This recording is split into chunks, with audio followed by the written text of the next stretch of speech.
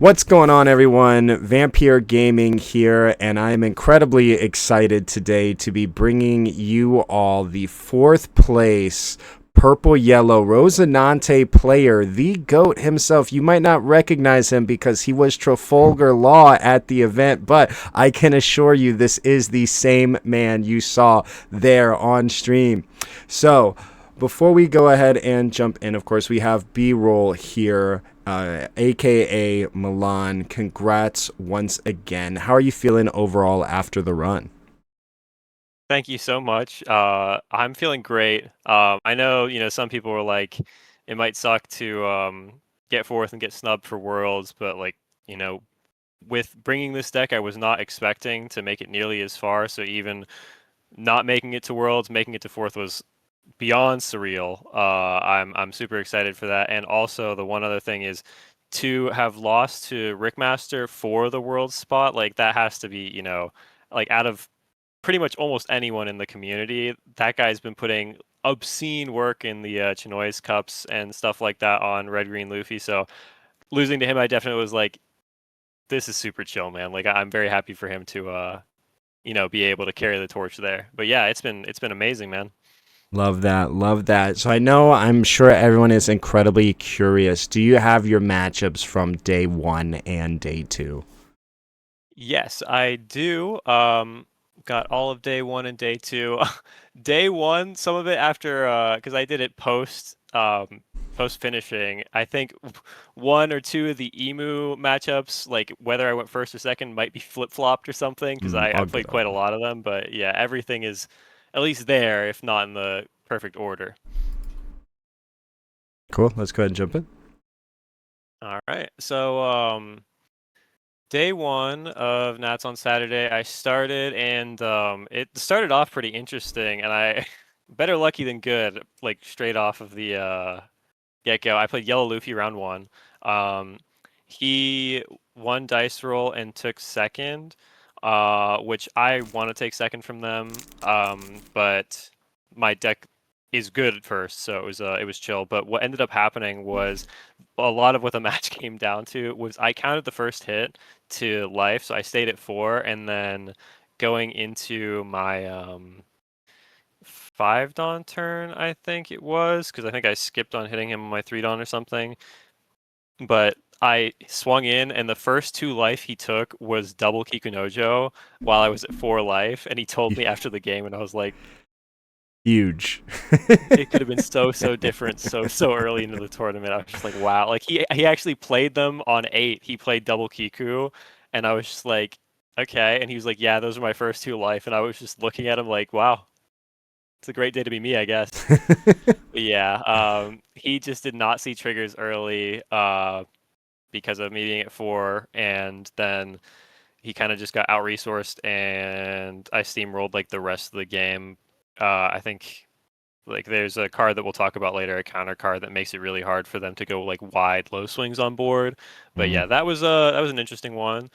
Second match was also super crazy. I was like, I'm a Nats. I'm going to be seeing all these meta lists. The second guy I played against was Purple Foxy, Mm. and I've it was crazy because I haven't played the matchup as Rosie, and the only times I've played against Purple Foxy was in like OP07, OP08, and I was playing Black Lucci into it, which was not really competitive at that point. Black Lucci into Foxy, you straight up just blasted them. They could never leader effect because they could never get things to stick on board, and the game was just over before it ever really started. This one, I won dice roll, and I was like, you know what? I'm gonna take first. It's what I like, and it stops them from like doing Porsche Searcher, the new one, on 1 into Porsche on 3, which seems like it's probably pretty good. So I took first. The game was really, really interesting because a lot of cards in Rosinante's list that are important need you to be at equal or lower Dawn than your opponent whenever you activate them. So there was some dicey moments where, later on in the game that leader can Dawn -3 per turn and put things in really awkward spots for you. Long story short, the game was pretty much decided on a turn where he had 2 Foxies on board.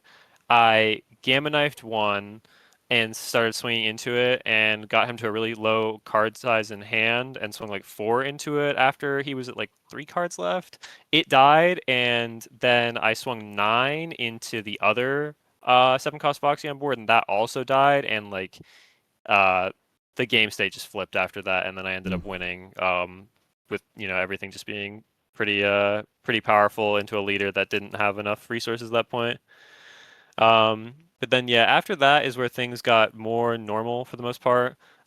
The next match was Green Mihawk, and that one I lost die roll. He took first, which is good. I would want to take first from him. That matchup, whoever goes first is usually in the driver's seat, and then also as Rosie, you really want to see Gamma Knife or Divine Departure is like a less great option, but Gamma Knife goes crazy whenever they play their big body. You reduce it, and then you can really swing the turns of the game. I did not see it, and I was like, man, this is kind of awkward. But I had a really strong start with like bodies and stuff like that, and I was just kind of punching away. He took really, really aggressively, and on one of the turns, he searched 3 billion fold Trichilocosm or whatever the event is, the one cost Yeah. 4K counter, and it was going into, I believe, my 9 Dawn turn, or sorry, my 8 Dawn turn, and I was just like, you know what? I'm just gonna play Hand Rip Law here because he had like 8 cards in hand at this point. I just told myself if I get that counter card, I'm just like swinging for the fences. We're just going all face if I get that card and trying to just kill him. I played it. I got like I think it was like Law and Beppo and that counter card, and I was like, word. I just swung like 8-9 that turn, sent him to 0, and then he played I think like Mihawk or something the next turn, but he was at 0. Came back to me, and I just swung like I want to say it was like 6-6 into 16 or something, and the 16 got there. Then after that is where the Emu Gauntlet started. So a big reason why I took this list is because I think it's very good in the Emu. I was very excited to be seeing so many during the day. Um, I believe this one I took second on. It was either this one or the one later that I. There's one match of the versus Emus that I got first, but we'll say this one was second. In the matchup, if you go second versus Emu and you see your stuff, you just get to wail on them. There's a couple of key pivotal turns in the middle of the game where like they have to try and kill a body, but they can't Mars it because you'll just take life. The best bet usually is to try and Nosturo if they have something else on board.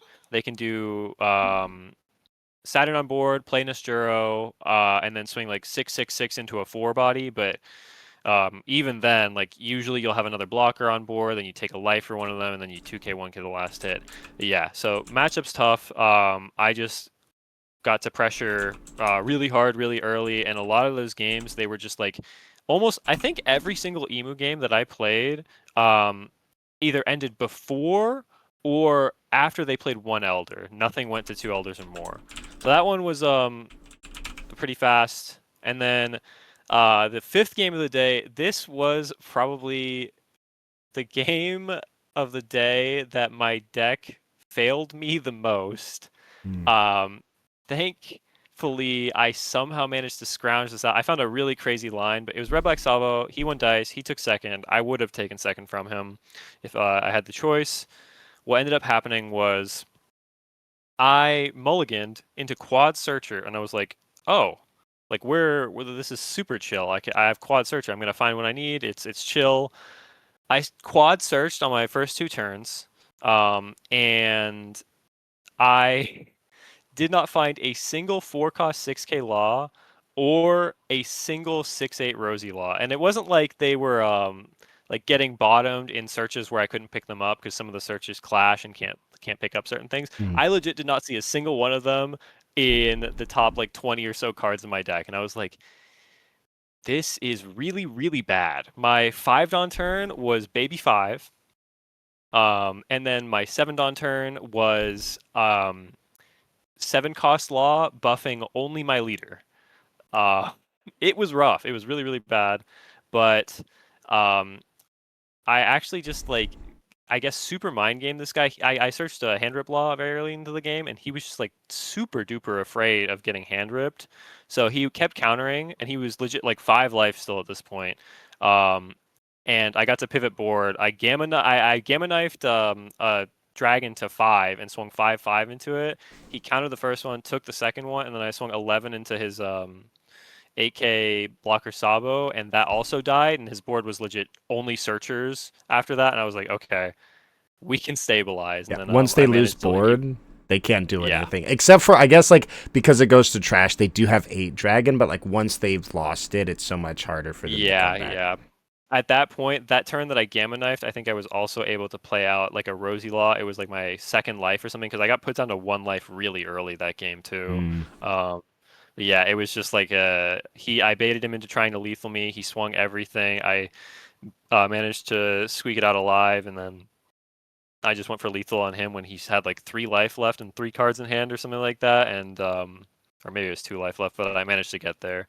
So that one was crazy. I'm very thankful that I found the out because that game was looking really, really doomed in the early stages. Then game 6 was another emu. This one was the one I think I went first against.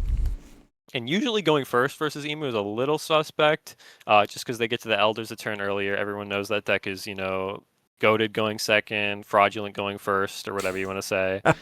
True. Um, this match was kind of crazy because he like snap kept his first hand, and I was like, oh, like that is not a good sign.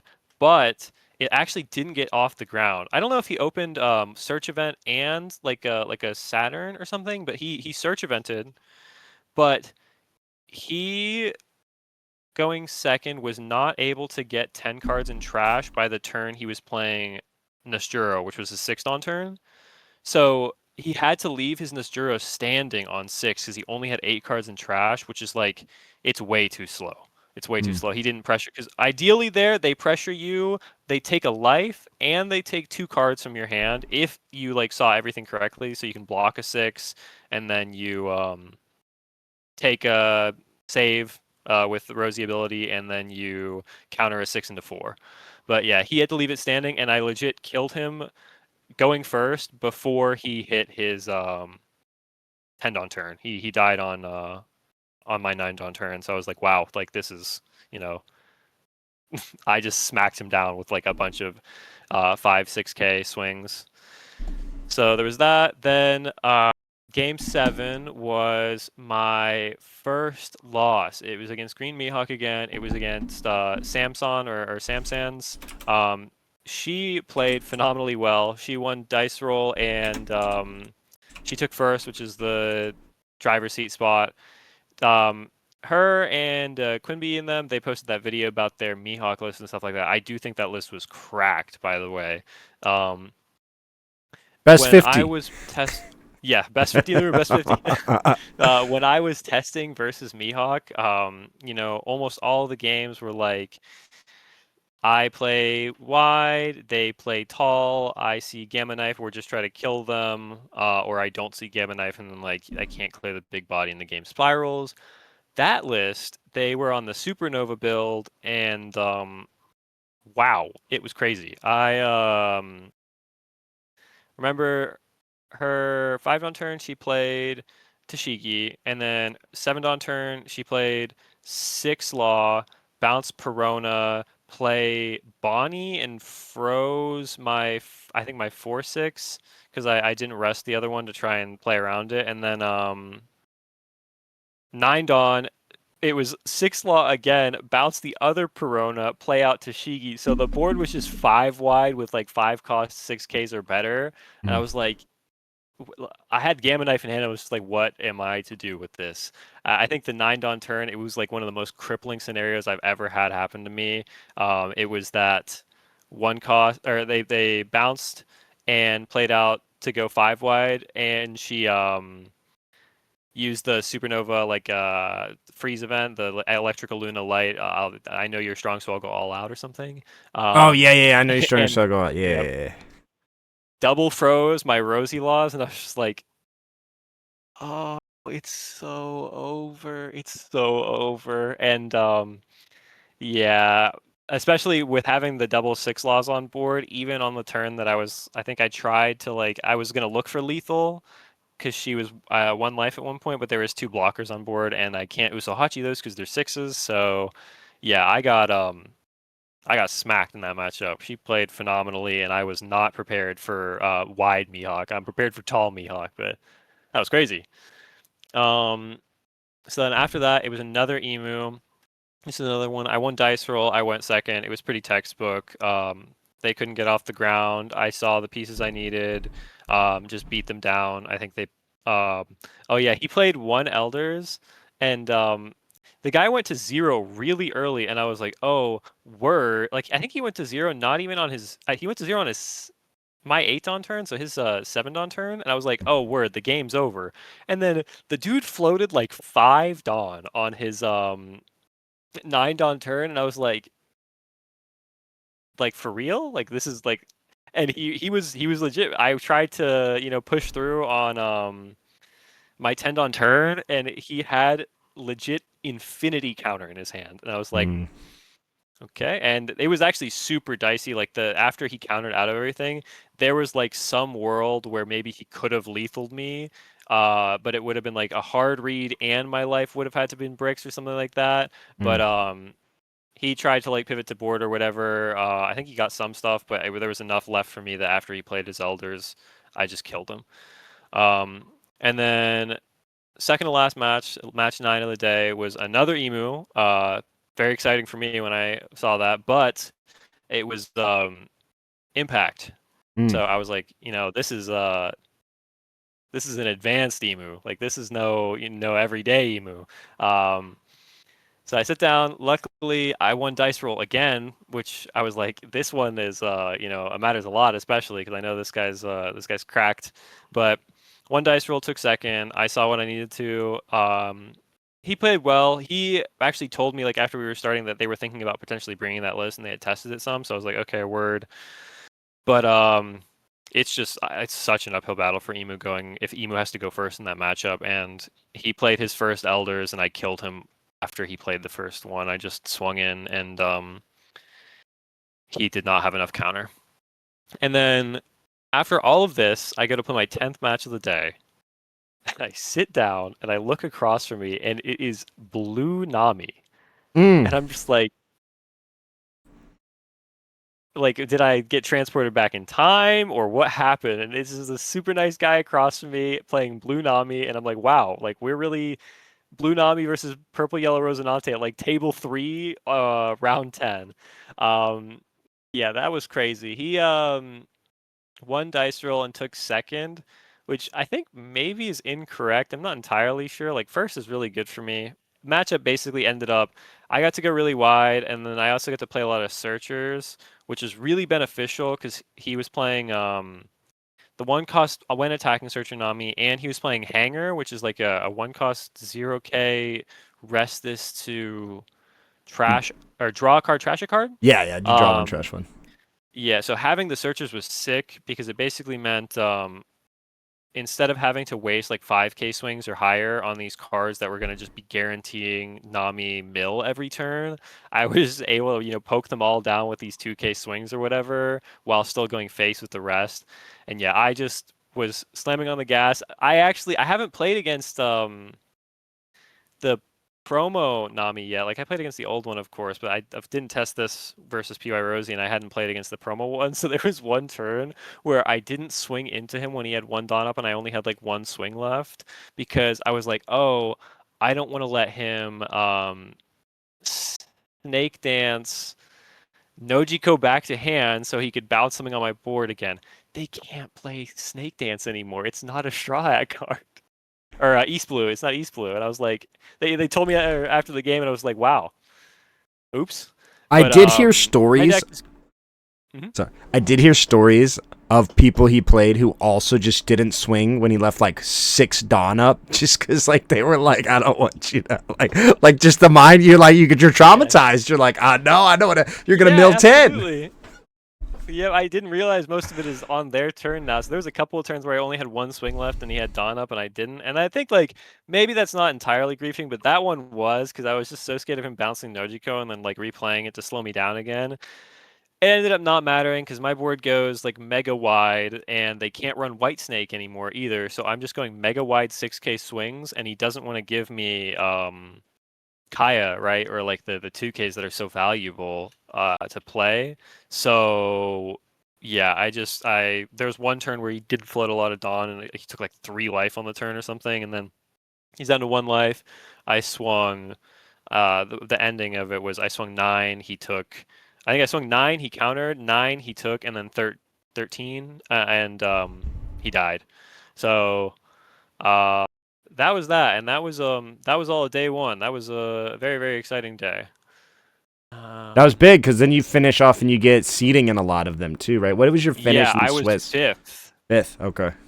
Yeah, I was 5th, and it was crazy because like after I think after my second game of top 32, somebody just came up and told me, they were one of like the judges or whatever. They were like, "Yeah, you are the highest seed remaining." And I was like, "Oh, word! That means like I just get Priority. picked for the rest of the day. Let's Yep. go."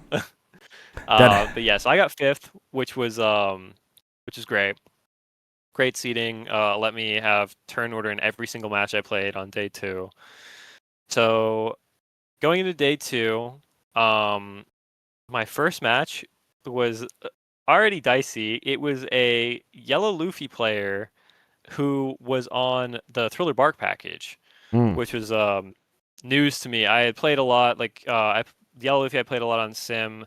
That's actually one other thing just to discuss really briefly. One of the really rough parts about bringing this deck was on Sim, the promo, the 4-cost promo. I think it's still banned in Broken. West. Oh yeah. Yeah, it's banned in West, so I had to practice on East, and it became this really big issue where it's like, okay, to practice the list, I have to play on East. I go on East. The blue yellow boa players and the yellow Luffy players are playing like 5 Nami into 7 Robin or whatever, and I'm like, all right, my bad, man. Like If you can I don't beat have them, you my can beat I'm not anyone. yeah, I'm not I don't I'm not even practicing with the secret Femlaw or anything at this point because I'm not gonna have it, and they're just like playing these like super Thanos cards from EB03, and I'm like, all right, this is tough. This is a weird practice, right? Because I might be getting like faulty information. Mm-hmm. Luckily, like Mihawk and Emu didn't really change their list much, but the problem is like the people playing Mihawk and Emu in the Eastern section were like I feel like mostly just newer players to the game because the people who were really prepping would have been playing on Western ranked or in Western. So like there'd be sometimes I'm playing on Sim and like the Emu player, swing at them and they counter with like a random Celestial Dragons card from OP05 that like reduces cost, and I'm like, I just left the game because I was like, this is like not actual practice, unfortunately. So that was a really difficult part about playing the list there. It was double edged because like nobody else knew what my list was doing, so I had a lot of matchup unfamiliarity from them. But on the other side, it was really difficult for me to practice. I had a buddy who helped me with the Emu matchup specifically, and I did a lot of solo versus self to try and get like just more info on things. But yeah, that first match was versus Yellow Luffy. This guy was so nice, and he was apparently just the Terminator. The dude made it through the LCQ. Oh. So, yeah, he LCQ qualified and then topped, and I was like, "Is this the goat? Is this the goat of Yellow Luffy? Like, what's happening?" And he sits down with me, and he asked me if this like if I've done Top Cut before, and I was like, "Oh, I've been in like one Top Cut before," and he's like, "This is my first time," and I'm just like, and then he explained the other 2 parts, and I was like, "Bro, what?" Uh, but yeah, we are playing, and unfortunately, he initially misunderstood time rules for Top Cut because it's an hour for 3 matches and then 10 minutes of OT, time and overtime rules and whatnot. But the first match happens. I have turn order. I pick second, and he wins the first match. I had to end up going for lethal like very late into the game. I survived enough turns. I went for lethal, and he just like legit was Jeff Bezos of counter. He had every single card in his hand except for one was a 2K. Um, so I lost that first game, and I was like shit because what ended up happening was I realized the guy was playing very slowly. The judge was kind of skeptical, but then after that game, I was like, "Yo, we got to play really fast. We don't have a lot of time left," because the judge says we have 25 minutes left, and game 1 just finished. And I was like, "I have to play Yikes. 2 games." And the worst part about it is the other thing in my mind immediately was He's got 6 I life in have time. to. Yes, exactly. I'm like this time in overtime is probably where this is going. If I win this game too, and the dude is playing a 6 life leader, bro. Like, how the hell do I win? I'm on a 4 life leader. So he was super chill about it. Like the judge explained it, he was like, "Oh my God, I thought it was an hour for each match." And I was like, "Oh no, no, no." Mm. But so I'm legit playing at like Mach 5 the second game, like just like so fast that cards might have been flying off the table and I wouldn't even noticed. But game two happens. I took second again, and I won this one pretty quickly. He didn't see a lot of really good triggers, and I like max rolled for the most part. Like I just saw a lot of really good bodies, got the swing in, and I had the counter I needed. That game was chill, very fast. But we are going into game three, and the lovely judge next to me hits us with the 4 minutes left as we're going into the game, and I'm just like, oh man, it's cooked. Uh, so we start.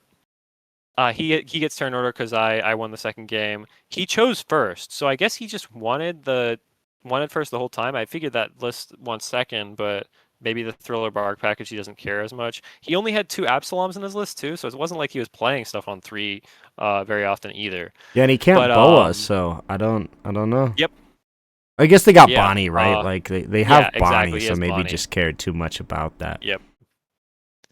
He was on a 4 of a Bonnie too. That was his Mm. main top end. So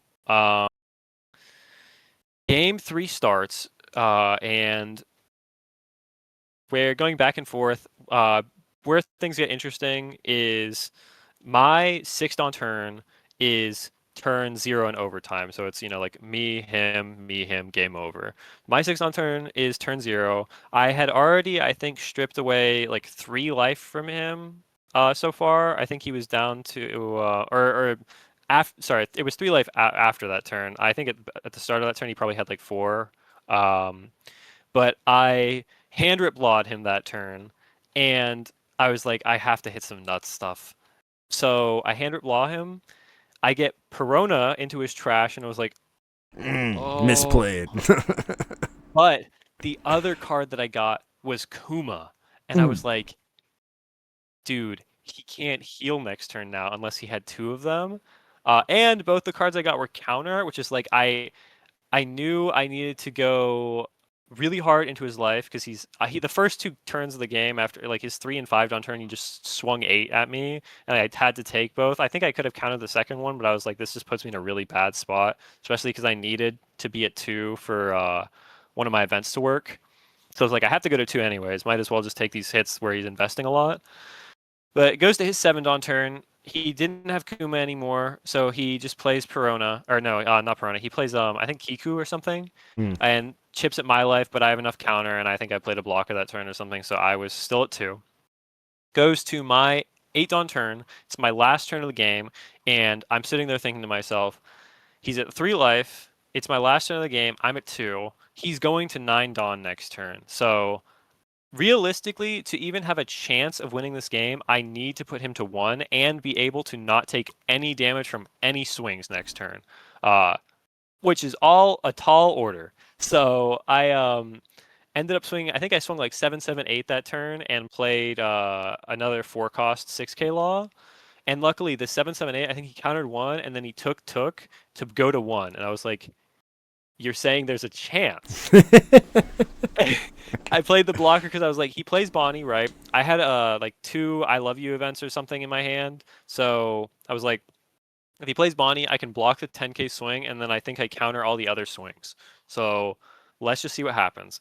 Goes to his turn, last turn in game. He plays 9 Bonnie, rips my life. I go down to 1. He swings with everything. I get out of every single swing, and the game state ends time and overtime, and we're tied 1-1 in life. The judges go take our decks and start counting cards in deck for the next win con, because Mhm. it's total Cards life in and then deck. cards in deck, and Yeah. yeah, they start counting cards in deck. Turns out we drew the same exact amount of cards that game.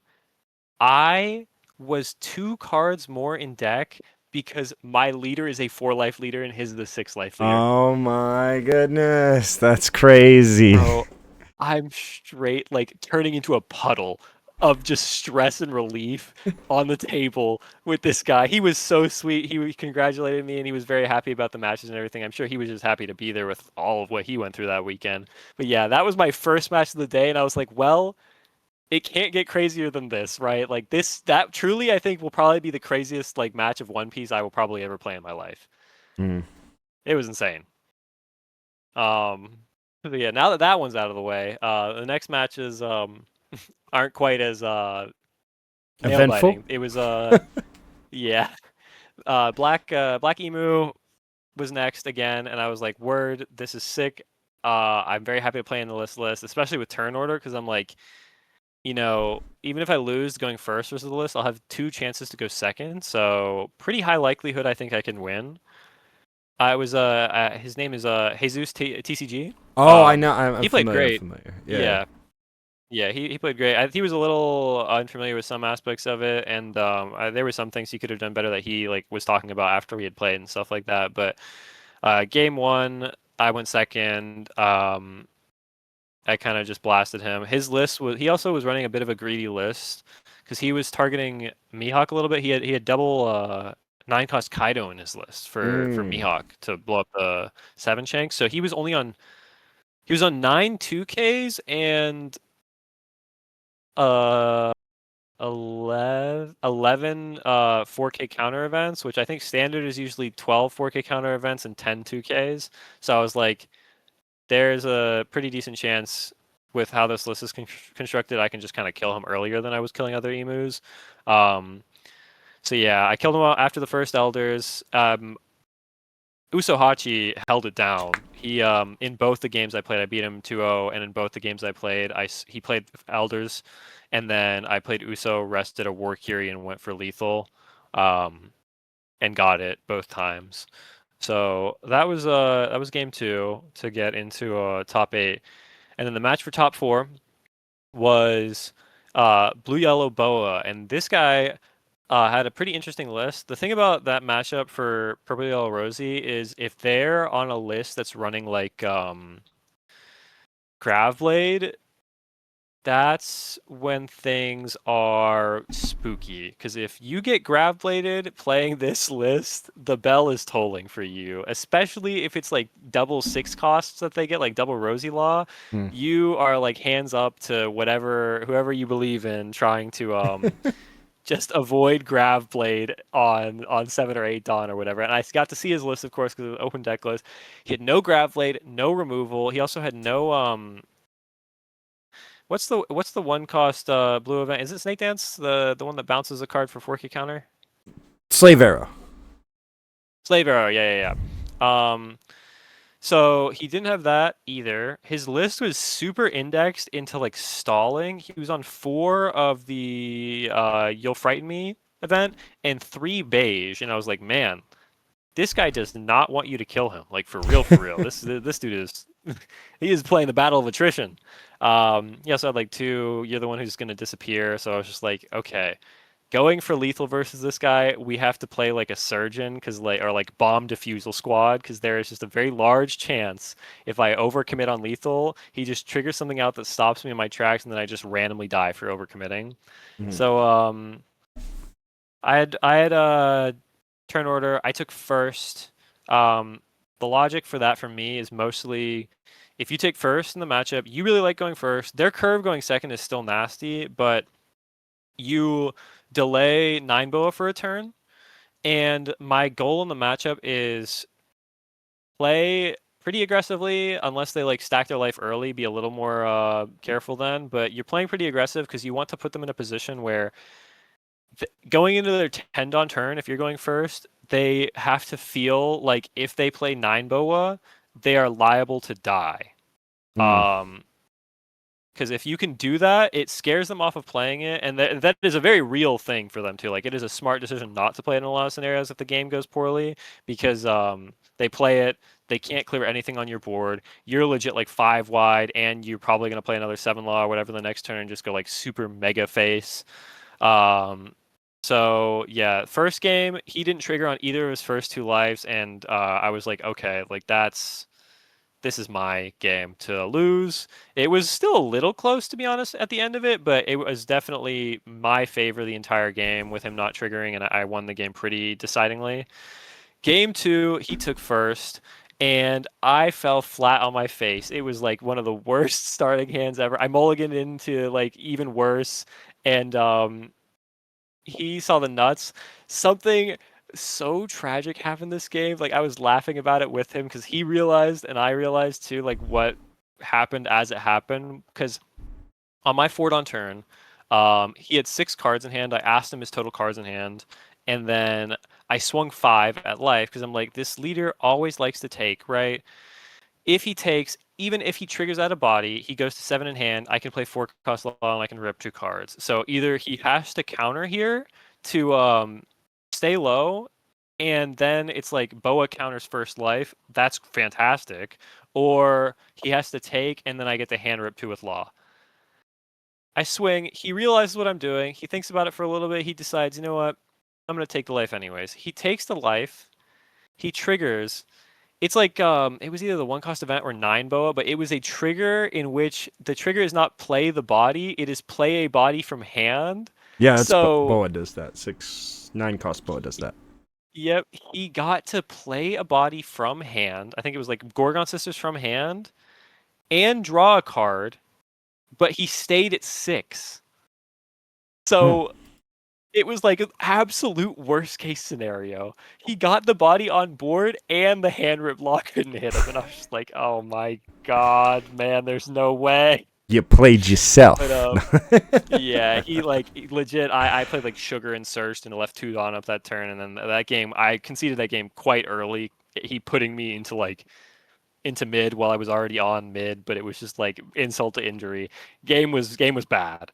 So we go into game three with like a good time on the clock. It was basically like no stress in that regard, and we're playing. I took first. I was going pretty aggressively.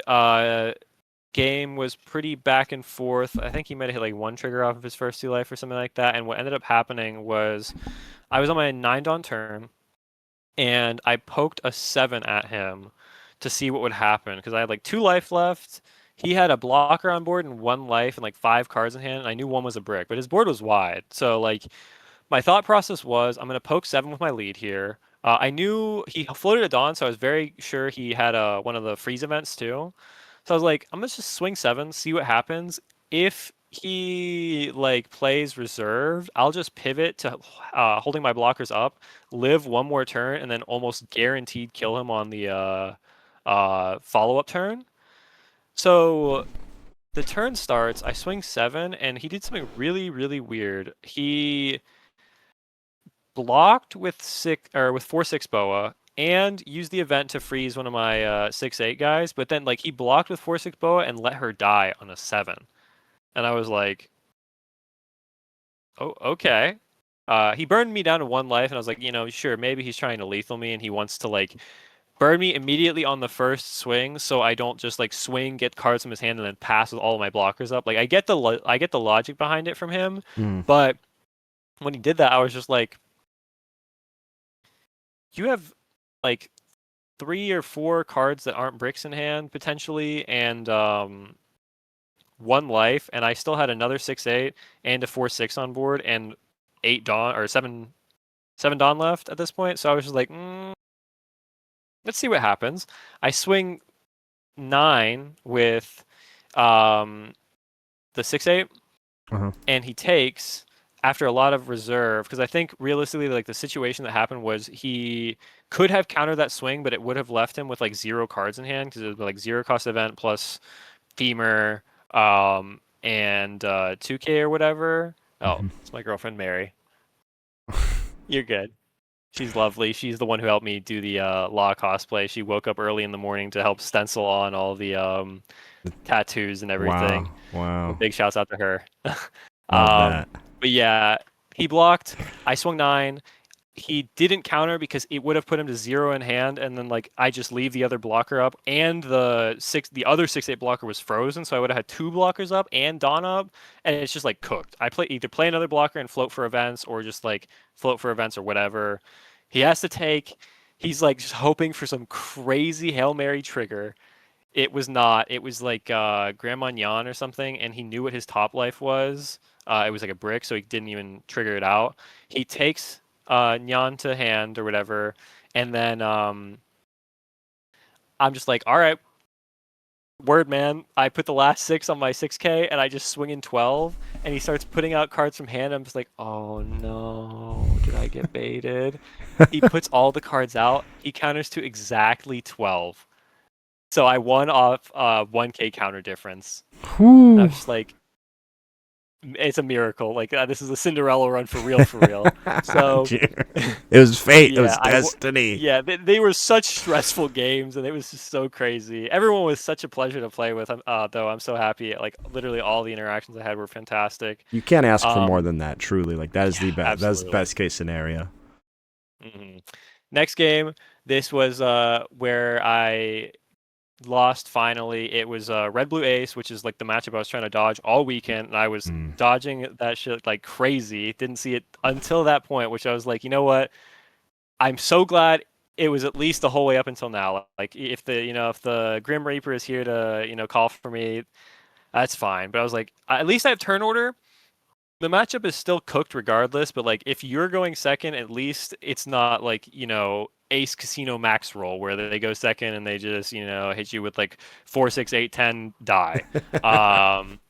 So I go first, and I win the first game off crazy like razor thin margins. What ended up happening was like he was too afraid to play 10 beard going into his 10 on turn. So he played Marco and tried to clear board. I kept enough things alive, and I had Uso-Hachi from Marco. I like Uso-Hachi'd into 7 Law, buffing my board, and the way I actually won the game was the last 2 swings. It was like I swung like 6 with lead, put him down to like 1 card in hand, no leader ability, and I knew the last card was a brick. So I ended up swinging 6 with Searcher Rosinante with 3 Dawn to guarantee the hit in, and then he took the hit, which made him draw a card from life and draw 1 off leader skill. And I had a 9 left, and I was like, if as long as he didn't somehow draw a 2K from life and a 2K from top deck, this goes through. I swing 9 and I got it. And I was like, oh, thank you. Game 2, it was ace things. He went second. He went 4, 6, 8, 10. Just blew me to pieces. Legit was just over in a no time flat.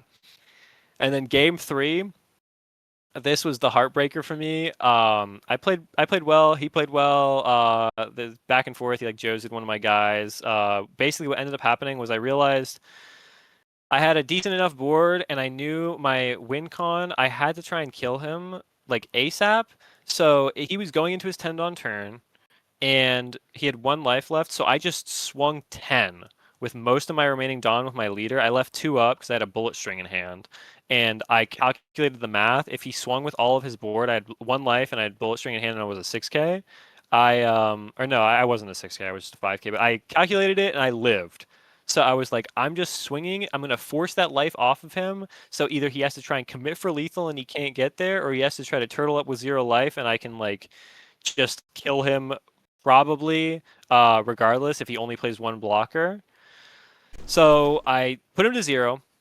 It goes to his turn, and then he draws the top card of his deck, looks at it, and then asks me, cards in hand? And I'm just like, oh no, no, no, no. Famous and last words. 9? And he goes, all right. And he plays the pudding that he just top decked down on the board, and I'm just like, no. That's how I lost to Emu. Man. He had to see ground death, drew it. I was like, there's no way, bro. Yep. I shuffled the 9 cards in because I had like it was like 3 bricks, 4 counter cards, and a event bullet string. I draw 5. It's Honestly, there was a decent amount of counter in the 5, but I had like one brick in the 5. It was like a gamma knife, and then my life was also a gamma knife, so I just ended up dying. And the game ends. It was the guy who got first. He was such a nice dude, and this was so funny, man. He was like beside himself, of course, after the game ended because of how close it was and stuff like that. And now he was guaranteed going to Worlds off of that, so I'm sure the emotions he was feeling was crazy. Mhm. But we're like chatting at the end of the game and stuff like that, and he's like, "Oh my God, man! Like I shouldn't have won that." I top decked the pudding that turn, and I go, "Oh no, man! Don't tell me that!" Like joking, of course, but like he was so frazzled and concerned that he was like, no, no, sorry, I didn't top deck the pudding. No, I didn't top deck the pudding that turn." I was like, "No, it's chill, man. Like I wasn't serious." Like I think he genuinely thought like it was upsetting me to hear that. So he was like, "Oh, sorry, sorry. Like I'll pretend like it didn't happen that way." But yeah, he was a treat to play against too. And then of course he went on to win. So kudos to him. So then very last match was third fourth match versus Rickmaster Flash on Red Green Luffy. This was rough. I have never played against that list in my life. And the only exposure I had was watching Skepas from Europe play Yep. in like the Pirate King of the Hill thing Mhm. versus Brickmaster Flash. And I was like, I watched all that and I watched Skepas's VOD review before the thing, and I was like, this is all sick. Like, this is really good insight. I have a lot of props to that video for getting me there too, because just the way he was talking about the list and thinking about how I needed to play to try and kill them, but recognize if I need to live another turn and things like that. Um, so big props to Skepas for the insight that I got from him. But I apparently needed to watch those vids a hell of a lot harder because I got paired into Rick and Rick beat the brakes off of me. It was definitely rough for like outside reasons too. I had to mulligan both my starting hands and I mulliganed into some pretty rough stuff. The first game, I didn't see my 4-6 law. I did see the 3-5 like replacement or like backup, so at least there was that. And then the second game, I didn't see 4-6 law or 3-5 law early, so I was just like I was like waving the white flag, and oh my, Rick legit put me in a highlight reel. The first game, it was like Usopp on 4, 6 cost Luffy on 6, 6 cost Luffy Nami on 8, 6 cost Luffy Nami on 10 for game. And I was like, Diabolical. all right, yeah, like my fault for sure. And then the second game was very similar. I think he might have I think he triple 6 cost Luffy me in a row the second game again. And I was like, wow, this sucks. It might have been 2 that game, at least until like the later turns, but it was diabolical. Uh, the craziest part about the games is the card that held it down the most was actually 1 cost Chopper Blocker. Mm. That dude was putting up straight Wilt Chamberlain numbers in the game. Because the first game, he played that plus like a Searcher or something on turn 1. And the problem was, after he swung the first the double attack Luffy, I had Gamma Knife, and I was gonna I Gamma Knifed it because he had like Infinity Dawn up to protect his life. So I was like, I'll Gamma Knife this and try to attack that. But he had the chopper blocker still standing from the start of the game, and he also played the Nami the turn after. So like he swung with the first one and then played Luffy Nami. So he had double blocker protecting the Luffy that was sideways that I Gamma Knife to 2, Mm. and he had like 5 Dawn up for 10k counter. So I had like searches and stuff on board, but it's like, bro, he guaranteed like blocks 2 like 5 or 6k swings into this thing or whatever, and then has infinity counter for the other swings. So I was just like, I like I can't clear it, and then I just died that game. And then the second game, he also played it early and or like mid game, I think. And what happened was I actually was in a much better spot in the later stages of the second game, but he had Nami up like 10k counter in Dawn, and he had that little chopper on board, which was a effectively an extra life buffer. So instead of being able to swing like 18k or something crazy at him, right? Like I had to divvy it between two swings just because that chopper was there, and because of that, it was guaranteed that I didn't have lethal. Mm. So he held it down. That was a one of in his deck. He showed up and he showed out for the Straw Hat crew in that list. I'm not gonna lie. Hey. But yeah, that was it. That was it. It was a absolutely insane run. I had a blast playing everyone. Almost all the games were pretty competitive. And yeah, it was just like, definitely a highlight of my life. Yeah, So yeah, one of many, two one thumbs of up for many to me. come. Yeah. Awesome. Well, congrats once again. Let's go ahead and dive into the list here and talk about that, the one that made it all happen. All right. And this is Krulzers?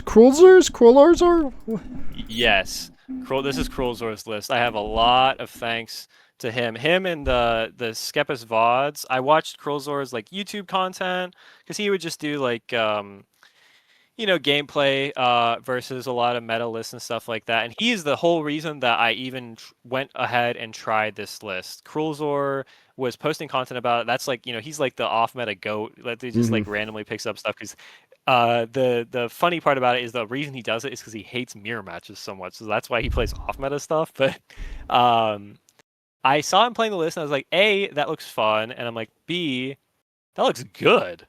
So I was like, you know what? I'll try it. And I started trying it. And I was like, this is low key nasty, and nobody knows. Like I think this actually is in a pretty strong position for Nats. And lo and behold, it's the type of thing where like I don't want to sell myself short, but I definitely got lucky in what I ran into. Mm. It's like a calculated risk, right? Yep. I got very lucky, especially seeing 4 emus and then 1 in top cut. But before I went into this tournament, threat assessment was Mihawk and emu are going to be the 2 most common things. This list is a blue victim, and neither of those lists are blue. So I think it's fair enough into Mihawk. I think it's winning into emu. So we took it, and yeah, it paid off in spades. Love But that. yeah, this is Krulzor's list. I'll start off with the first 12 cards, just to make it easier. So we'll just start down here, I guess. It's 12 searchers. So this is Donquixote Rosinante. This guy searches laws. So he is like, I think I would say the most consistent searcher in the deck, and probably the best because the laws are like what you really really want to see. He's really nice because there's effectively no stipulations on what he can take for the cards you want. The only things like there's some Don Quixote pirate stuff that you want that he can't grab, but he's great. Just searches laws, and you have a billion of them in this deck. Next is Law himself. So there's some like waterfall here where Rosinante can search Law. So if you need to dig deeper, you can do like Rosinante, find Law, and then Law to try and find whatever you're looking for. He searches top 4, so he is mid comparatively. Shame, but he gets the job done mostly. It's Straw Hat Crew and Heart Pirates, so big flaw. And one of the hardest parts about playing this deck is there's 3 different searchers that all have a little bit of a quirk to them in some way. Mhm. This one cannot search Rosie Law, which is or Law, Rosinante Law, which is probably the best card in the deck right now. So sometimes I see this card and I groan a little bit, but he's done enough. He's deserved his spot and more. Actually, I think Uh, Flyest Raven, Holden Miller, actually wasn't playing yep. that either, I believe, for similar reasons. And everybody's like, you still have to Yep. play it. Like, he's like, I Yep. don't want to play I saw it. his. I actually yeah, I chatted a little on the bottom of his because he was talking about how like reasons not to play it, which I think the logic is fair there, but one of the reasons he was using is because of 3-cost Law, which is a card we'll get to later. But that card's really really flawed because that card is ancient and you can tell it only searches. It does its like one attacking search effect when you are at below Dawn, not equal Dawn, below the amount of Dawn of your opponent. So you have to Oh. straight shoot yourself in the foot to get that guy working, which is why this guy is definitely still needed. Mm. And then the last searcher is Sugar. Um, she is another MVP. She searches Rosie Law and all the Donquixote stuff. Again, this can boomerang back around, so she can search Rosinante. So it's like this searches this, um, this searches this, and then like there's no bleed through here. But you can do a lot of chaining, a la like Red Green Law or things like that. It's very similar in that regard. Sugar also being a play and then rest to searcher has a very interesting place in the deck because there are a lot of times where the like max roll with this deck, you let's say you go first and you see like Sugar 4 cost 6k Law and like 6 cost 8k Rosinante Law, you like play Sugar turn 1 and then you search with it turn 2, reduce the Dawn and play the 4/6 Law. This thing is really hard to kill if they don't have a searcher because you have a 6k blocker on board, and then the next turn you're gonna have an 8k blocker on board. So sometimes this card is searching 2, 3, 4 times a game. Like the that first game versus Yellow Luffy I played, I had Sugar just farming me cards for like a Hmm. while that game. So yeah, she's goaded for that. Next part of the list is 2Ks. Uso-Hachi is the first one. Straw Hat Crew, so searchable by this law, and also just goaded purple search or purple 2K. Everyone knows this guy. Being able to rest a 5 or less, great, very very good effect.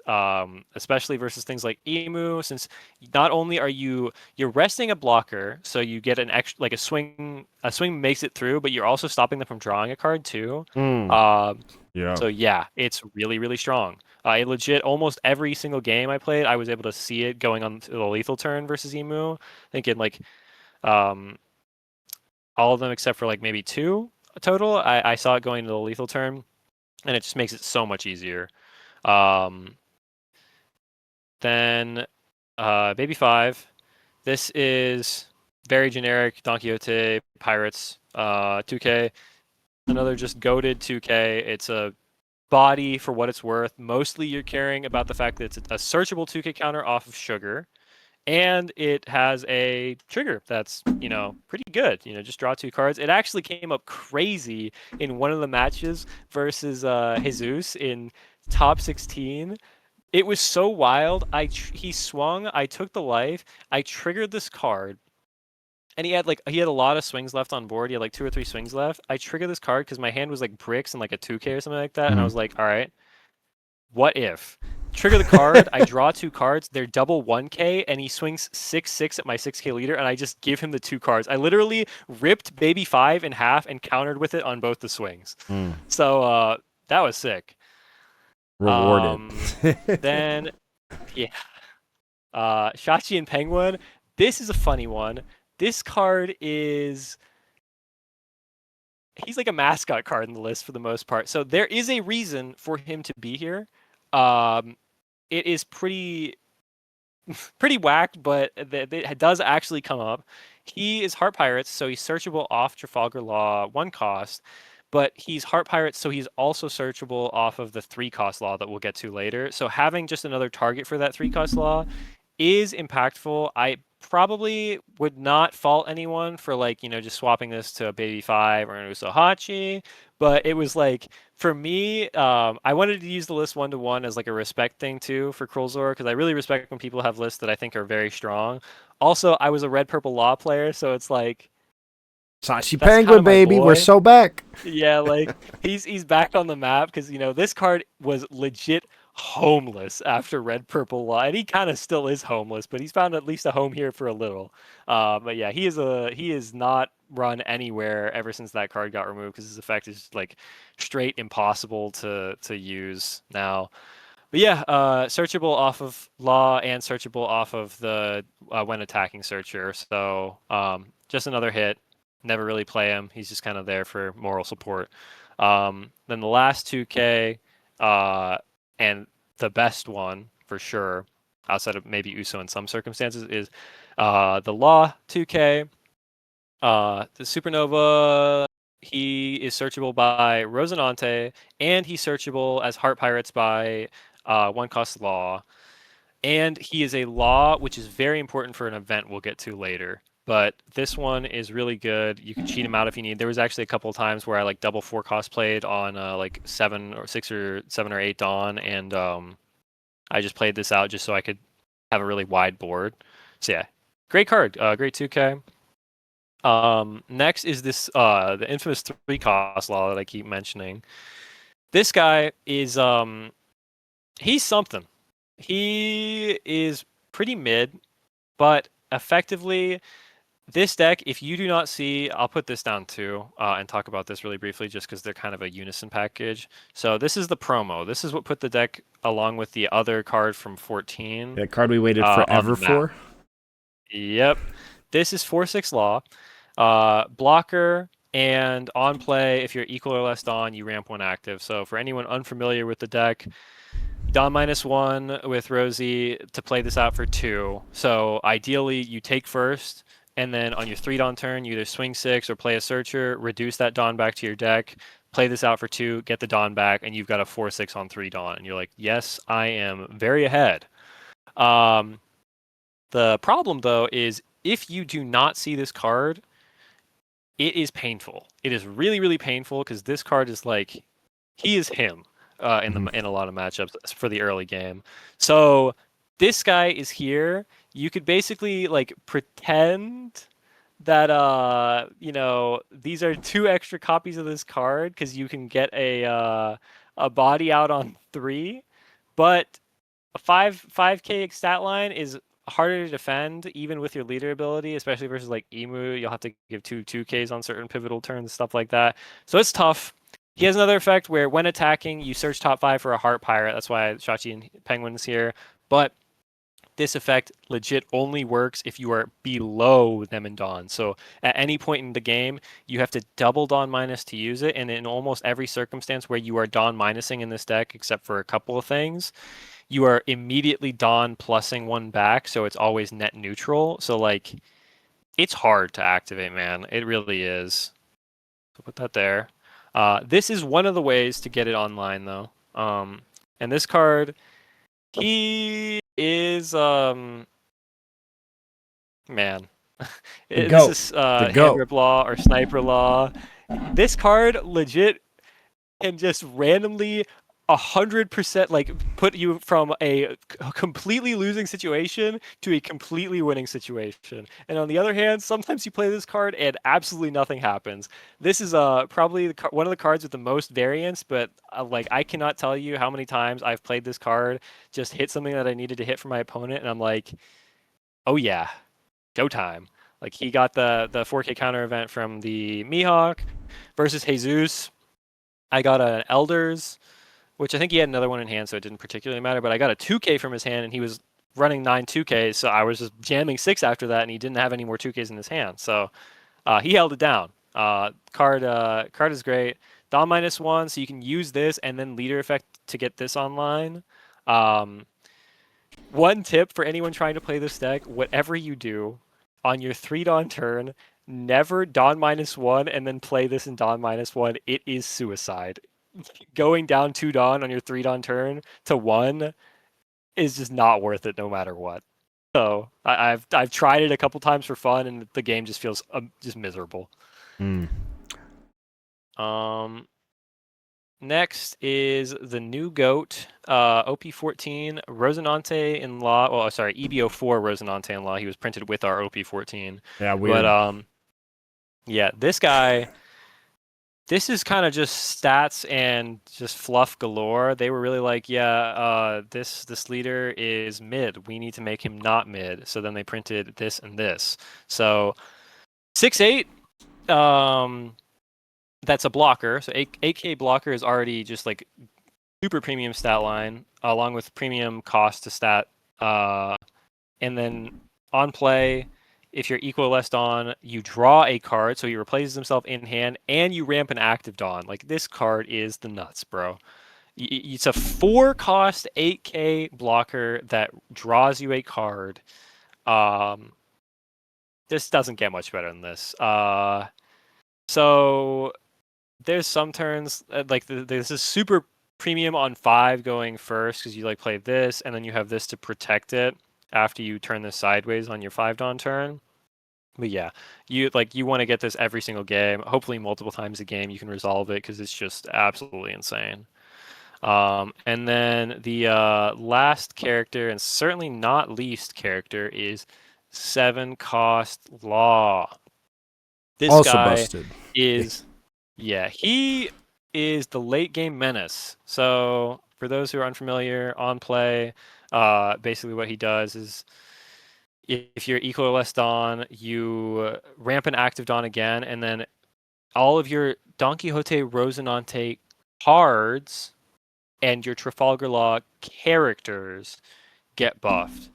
The wording is specific like that to make sure that it buffs your leader, since your leader isn't a character. But everything gets buffed blanket 1k until your next turn. So it makes your whole board miserable for your opponent to interact with on their turn, and makes your leader tankier. You become a 6k, which is fantastic. And on the turn you play it, with how this deck's leader effect works, you're always wide as hell. You always had a lot of characters on board, and every single character that you have on your board whenever you play this card is in theory uh, another Dawn this card is printing, because it's giving plus 1k. You can think of it like it's putting a Dawn under every card. So it's a 7 cost. You're playing it for 5 with leader ability, and then it ramps an active. So we'll say like it's a 4-cost character in theory, because you're playing it for 5 and it ramps an active Dawn. So let's say this is a 4-cost. If you have 3 characters and leader, the card effectively costs you nothing the turn you played it, because you're getting all of the value back elsewhere. So in theory, it's a zero cost card. You're just attaching the Dawn to your characters while also just getting to develop an AK body. It's kind of just like Sanderson Sisters, or was it Gorgon Sisters? It's the same card. Oh yeah, Gorgon just Sisters. extra steps. Yep. Except the benefit for this one is it's also during your opponent's turn. If Gorgon Sisters brought everything up by 1k during your opponent's turn, I don't know what I would have to say. It would not be good. I'm already, upset enough seeing that card on the board, but is what it is. But yeah, this is all of the character engine. Board basically just wants to go as wide as possible, as fast as possible, and then jam 7 laws on the board to just blow through your opponent with as much pressure as you can. The last bit is the event cards in the list. So we have 2 Gamma Knife. It's just an insanely valuable card. It's searchable off of this law and off of this law. Minus 5k for 2 Dawn, and there's some beneficial plays where like you can play this and use your leader ability to get this online to search again. Which I did a couple times. I would play Gamma, leader ability, swing with this first, and then play something else out after to like ramp Dawn back. But super pivotal in the Mihawk matchup, because they play Shanks, and then you play this, and you're like, all right, man, I'm gonna like either you check them on if you think they have like Paradise Waterfall or Spiderweb, because they have one of those. You want to swing big, because they're gonna restand it and give it counter, and you need them to at least burn more cards from hand to keep it alive if you're not going to kill it that turn. But yeah, minus 5k, really, really good card, especially being searchable. Then we've got Budget Gamma Knife, Divine Departure. This card is Gamma Knife at home for sure, but deck has a lot of bricks. Well, maybe not a lot, but deck can be bricky because there's no way to filter in this deck. There's ways to like draw and stuff like that, but there's no real ways. Like if you have like a bunch of these guys stuck in your hand, or like a bunch of these guys stuck in your hand in the late game, you're just like, wow, I am very much so in danger of dying. I have no counter, and I can't get these bricks out of my hand in any way. So just having this in here gives you the opportunity to get a brick out, or it gives you the opportunity to reduce something by a lot. Just a nice flexible card. Definitely has earned its spot for sure. And then the last 7 cards in the list are the 2 Donquixote Pirates events, and these are both really good. So this is Bullet String. Busted. So this card, there's a lot of matchups where this card legit is just the iron wall, bro. You play this card and their turn goes from like here in power level trying to like to Yeah. like here in power level. Because like it's a 2-cost 4K counter, and then you get a residual 2K counter on your leader, so your leader just gets buffed by 2K for the rest of the turn after. There's some weird like math questions that this card begs to ask. Because like let's say your opponent, your 6K leader, because you played 7 Law and your opponent swings 6 at you. A lot of the time, it's still correct to just immediately bullet string, because like the idea is, if you bullet string on the first hit, every single other hit on their board, you are getting 2K counter for by Mhm. proxy, just for having played it that early. But yeah, card is super busted. You just become 8-cost kid for no reason. Uh, Whenever you play 7 Law and then you just play this on your opponent's turn, they're like, all right. I thought the other Rosinante list was the one that hid behind 8-cost kid, and then you're just an 8-cost leader anyway. So really, really strong versus lists like Yellow Luffy, Gecko Moria, even versus Emu. If you can't close the game before the or if you can't close the game after they play the first elders, if you have this in your hand, you can almost guaranteed go another turn, because like it just makes it really hard for them to try and kill you. Mm. So yeah, it's great in almost every matchup. It's got a cost of like Dawn -1 too, so it's a little bit steep, but in this list it doesn't end up really mattering. By the time you're playing this card, you're around a threshold where you're fine with minusing. And then the last card, I Love You, which is a really funny card to have to say and resolve to your opponent every single game. I just be telling these dudes I love them every single game I'm playing One Piece. It is crazy, but at least everyone was cool. It's such a broken counter event. The stipulation of having to have a law in trash, it's like, wow, really hard, man. Really hard to have a law in trash, but specifically, you always want this guy in trash, and this is one of the reasons I was saying this one's so important. The event is a 1-cost event. You counter 2K. If you are 2 life or lower, draw a law from your trash. So somebody swings 6 at my 5K leader. I play this, counter 2K, and then I draw a 2K from my trash. And it's like, I effectively just was, I don't know, I was red green Luffy for a turn, bro. I just turned a Dawn over for 2K because I didn't go down in card size, right? And the 2K in my hand stayed at 2K.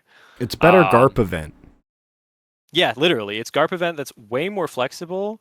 And I know we're gonna talk about things to come in the future, but I think this is some new stuff that we're getting. So yeah, this event being able to be a 4K counter event that you can split into 2Ks, it is so modular and so good at just keeping you alive in situations where other decks would have to have more cards in hand to do so. Um, that it's just like very obviously a 4 of. It's searchable by Sugar also.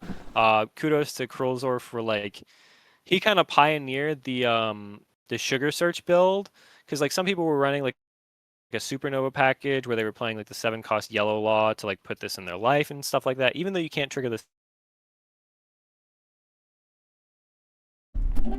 Oh, I think I'm losing you. Hang And it on. was used for like the other supernova leaders and stuff like that. Can you say that again? I just cut out. I think my Wi-Fi. Yeah, all good. I was just saying, Krolzor invented Sugar Search list because people were playing Supernova with 7 Law to heal and stuff like that. I think that list was not very good. Him figuring out a way to fit this in, especially like this card paved the way. This getting added was like, okay, now having Donquixote searches in the list, you're hitting your like main target or one of your main targets, and you can just fill your list with other targets that are just insane cards, like Baby 5, Bullet string. I Love You event, Bullet String, this guy. Like, it's just great. So yeah, kudos to him again. And yeah, this is the list. It's just really, really good at pushing the problem on your opponent, being like, I'm just gonna kill you, man. I'm gonna kill you. And your opponent's like, shit, he's just gonna kill me, man. So then they try to kill you, and then you have these like super goaded counter events. So you can, if you're smart, you can play in a way where you force your opponent to go for game, and then they can't clear you out because you're just too tanky, and then you kill them on the crackback. Got it. Yeah, the deck seemed really cool. We kind of talked about it before. Of course, being able to go super wide with the ability to just discount costs overall allows you to go much wider, much faster, along with things like, of course, the four cost rip law or whatever you want to call it, sniper law is a lot Yep. better when he's a 2 for 5 versus being a 4. And anyone who's more familiar with older One Piece metas knows how much of a menace that was during Purple Luffy format and during a number of other formats. I actually have one distinct memory where I was like, this guy cannot beat me. And then I went in, he goes, cards in hand. I'm like, 9. I'm playing Whitebeard. He goes, tap 4, play blocker law, rip 2, tap 4, play blocker law, rip 2. Now he has 2 Ooh. blockers, and I have 5 cards in hand. I'm like, I'm going to die. So, like, the Yeah. power that card can have, one, of course, ripping key cards, and anyone who's played against Isho as well, Isho can punish you incredibly heavy as well, and you're like, dang, there goes my good stuff. So just being able to blindly hinder your opponent, so many different things. And of course, even if you want playing 2 Law Rosinante at 10 for cheaper, right? Because you can minus it by 2, so you Yep. can pay 6, then pay 4, and then of course minus and then pay 4 and play it and get that active done as well. So you have a counter, you have 2 blockers, counter event, so much flexibility and offensive ability in this deck. So incredibly excited to kind of jump in here. So the first thing I think on my mind is, and of course there isn't any real set 50 even in the full EB04 format for Asia right now, but did you consider playing the Unblockable event, and were there any instances where you kind of wish you might have had that? So, thankfully for the list, I think it doesn't need the unblockable, at least definitely in this format, especially because Uso-Hachi exists. The one thing is like having one unblockable in my list and making it to an open deck list format would be sick. Because, everyone is just scared for their life. Because they're looking at your deck list before you start and they see one unblockable list just lurking in the corner and they're like, well, I can't go to 0, man. He's just going to have it. Yeah, yeah. Um, so for open deck list, it'd be sick. And I do see some merit moving forward and having it as like a one of, because it is searchable by something. I think it's. Can't remember if it's. I think it's searchable by It's this. a Heart It might Pirates. be. Yeah, so whatever the Yeah, yeah, yeah. yeah. So these two technically, but yeah. I luckily at least for the 14 format, I don't think it's necessary, especially with Uso-Hachi still existing.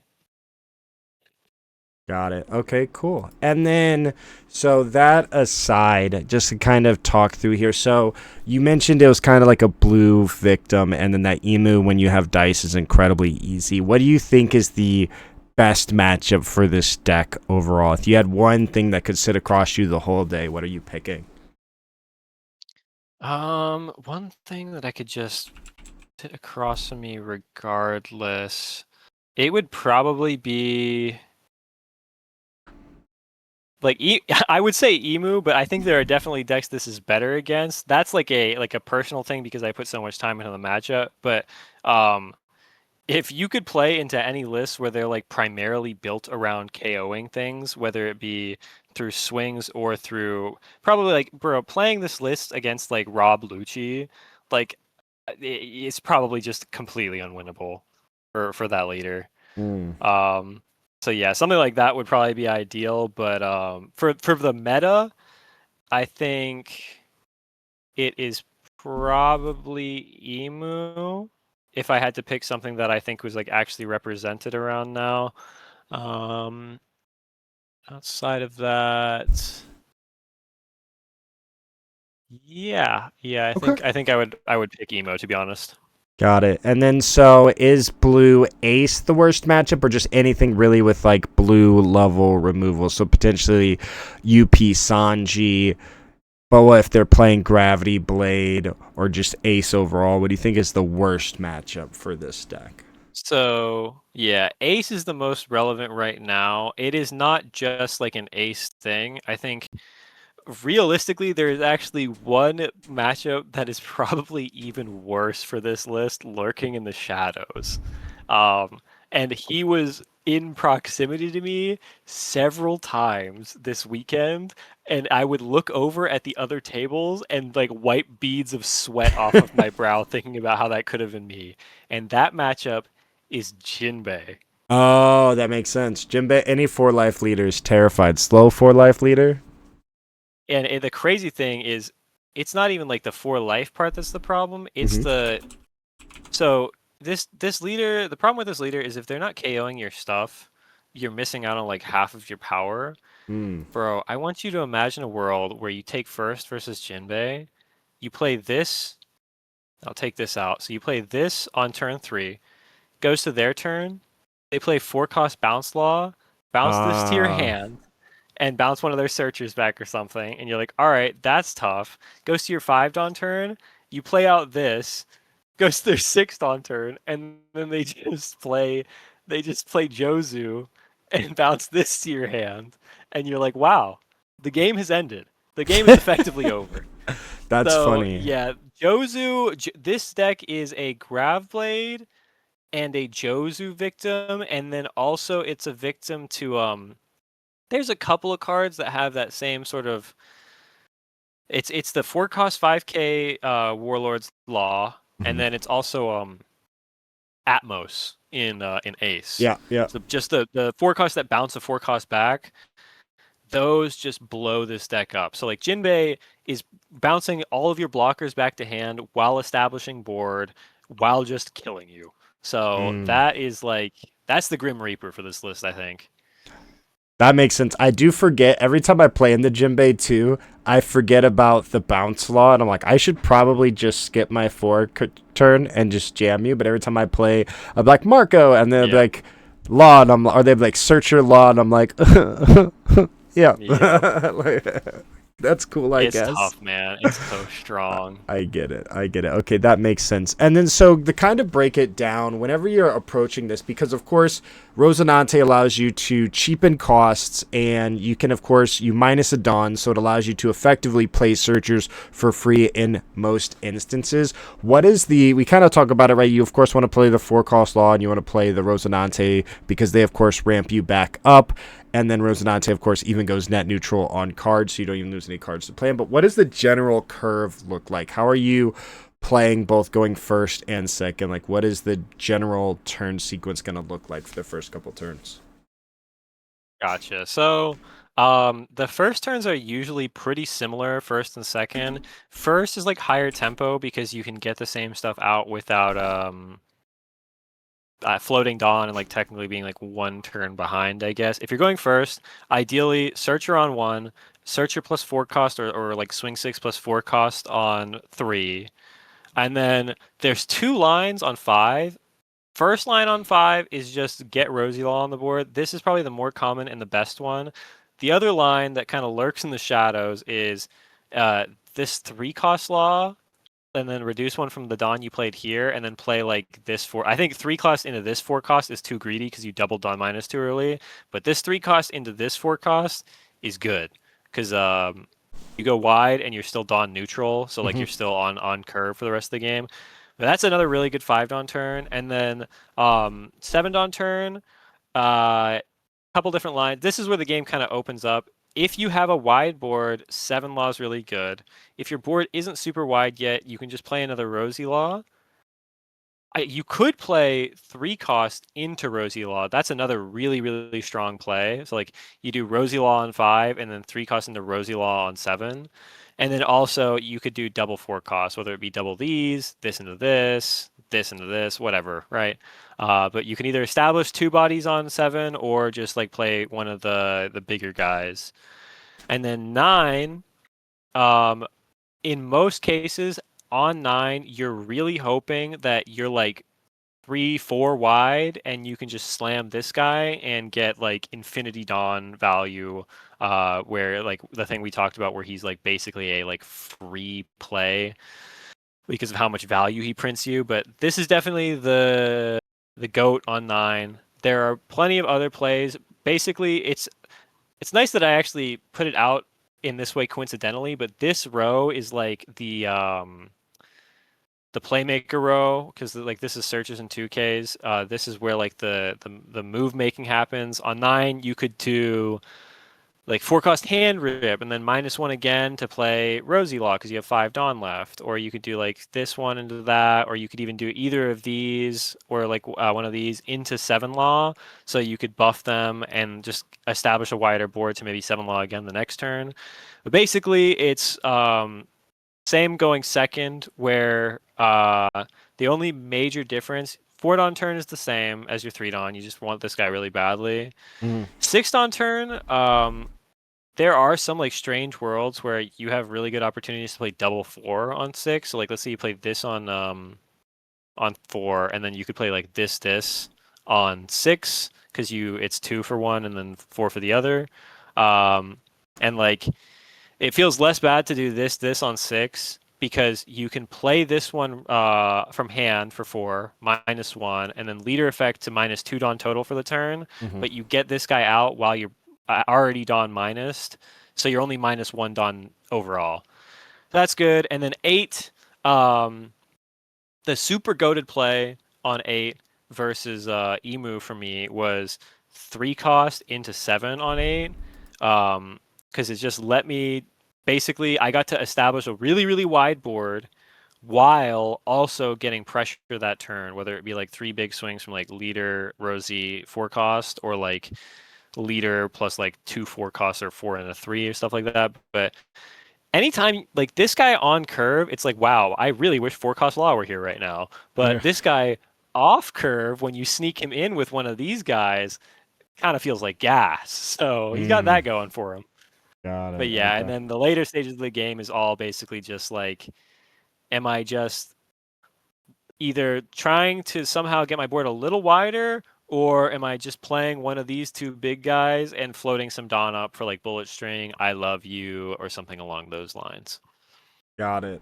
That makes sense. And then yeah, to kind of bring us all home. So of course, obviously the law really can sneak in there, and then of course on 6 we don't necessarily need to, Rosinante and law. We can sneak in 2 of the 4s, or even if needed, like on 5 or 6, the 3 and the 4 if you're in just a really bad situation. But of course, going wide, being able to get all these pokes can be incredibly incentivizing. And then the 7 cost law, which of course you can play for 5, allows you to get a bunch of Dawn. And of course, if you have, because it buffs leader as well, right? Like it buffs the Yep. leader and it lasts into your opponent. So you could even be like potentially 8K with the counter event. So a lot of opportunity there.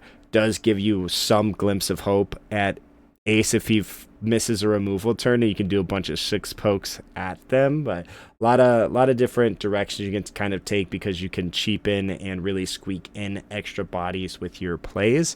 So it's really awesome. So to kind of bring us all home, of course, I know the biggest thing was we didn't have EB03 because we got it later. And Asia, this deck has been seeing a good amount of success with the Fem Law, which gives you all of the different things that you love about yellow that this deck currently lacks. You also get red abilities. You get Rush. You get to be able to heal a card, and then of course you get to play a card with a cost of 7 or less from your hand, which allows you to transform it into a life, poke for a card, transform it into a life, and then play out potentially the law, and then of course buff your leader as well. So it gives you healing and just so many different options to do there. And of course, without it, it gave you a little bit more flexibility, right? With like 4 law, potential for other 2Ks, and the works like that. What do you think the impact of that card is, and how do you think it's going to really shape this deck going into EB03? Yeah, I think that card is insane. That card is crazy. That's one of those cards where you look at the effect, and if you showed that to somebody in like OP05, they just kind of look at you. I really think about that a lot. Like if you showed this new yellow Nami 5 cost to somebody back in the day, they probably would have like slapped you. Been like, that's a It's fake crazy. card. That's a fake card. Like Yeah. it's like, oh, OP EB03 leak. They're like, what's that?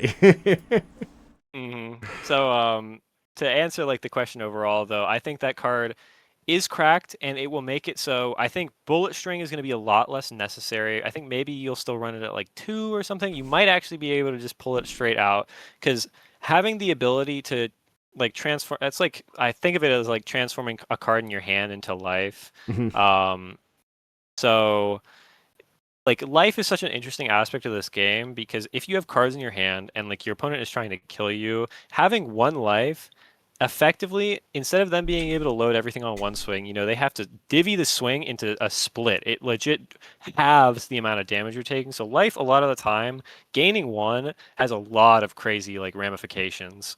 So that like card being able to pressure board because you're going to be playing it for six, by the way, since it's a law, and then you play a six cost 6K rusher that heals you a life that then spawns out a seven cost 8K that buffs your entire board. It's just like fan fiction, but I'm the one reading it, so great, awesome, fantastic. I think it's going to make the deck much more able to take life earlier and stuff like that. Because like a lot of the time, it feels like when you're playing this list, you're like, I really got to defend my life because I'm a 4 life leader and my life is my like cost of my leader ability also. So it's like that's like those 4 cards are super premium. Um, so having more life or just being able to like kind of transmute cards in your hand into life and things like that opens up a lot of avenues. And one other crazy thing that I don't think people have thought about too much. I watched Krolzer play some of the new lists and I was like thinking about it myself. Um, dude, this card, like it's not like cost related or anything. So like, you could play 8 cost 6K Law, gain a life, swing with it, sack it for 7 cost 8K Law, and then pass turn with 1 Dawn up. They swing at you. You play I Love You. You grab 8 cost 6K Law back from your trash, and then you can play it again the next turn.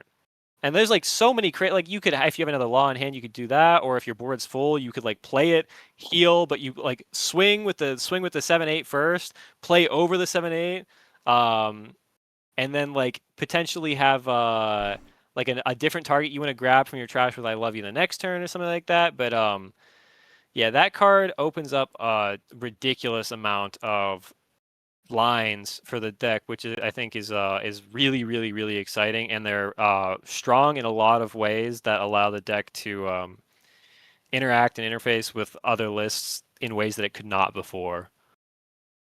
That makes sense. Yeah, I mean it's incredible. Healing is just such a good effect, and then of course, it being a law and harp, it hits all the right notes for that. Well, awesome. Do you have any final words of advice for anyone wanting to play Purple Yellow Rosinante? Of course, EB03 is coming up. Any final words of advice for any of them?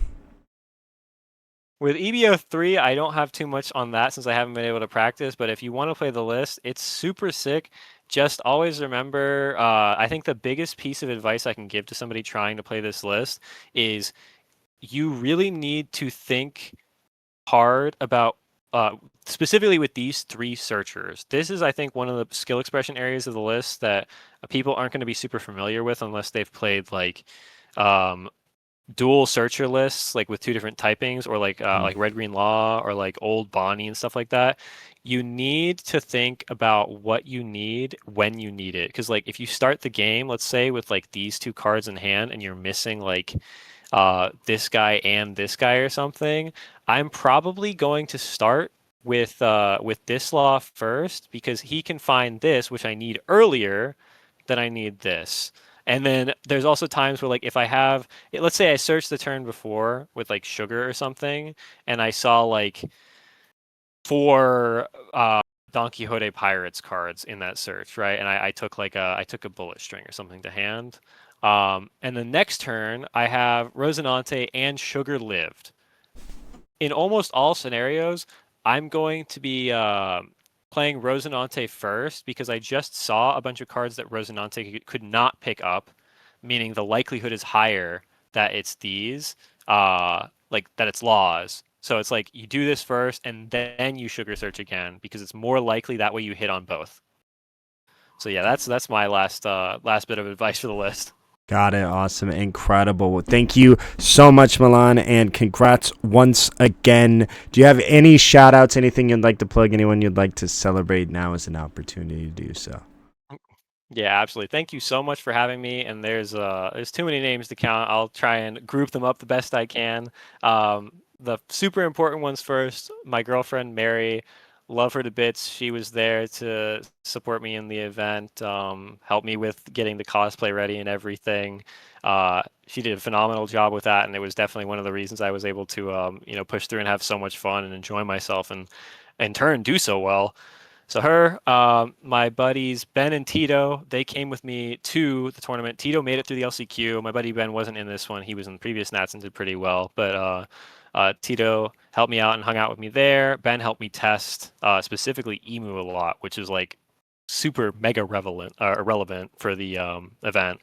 And then outside of those guys, my crew here in Florida, we call them the Jackson Five, even though there's more than five of us. But one of the guys' name is Jackson, so we just made it work. Mm. And then everyone from like the Orlando area and Central Florida who at the event was just holding it down for me. They kept posting the Dragon Ball, like the give me your energy, Spirit Bomb stuff in our Discord chats and things like that. Everyone was talking about how I was doing, rooting for me and stuff like that. I've just got such a good group of people here, and it's legit like such a good reason to keep participating in the game and keep going to locals and all that stuff like that. Also, House Rules is the store I go to and playing locals all the time, so props to them. They always hook it up. Got it. Awesome. I love that. Love that. Well, again, thank you so much for your time today. Everybody, I'll put his information on there. You can go follow him on X, B-Roll. It's right up there. But thank you so much. And again, congratulations, my friend. Thank you.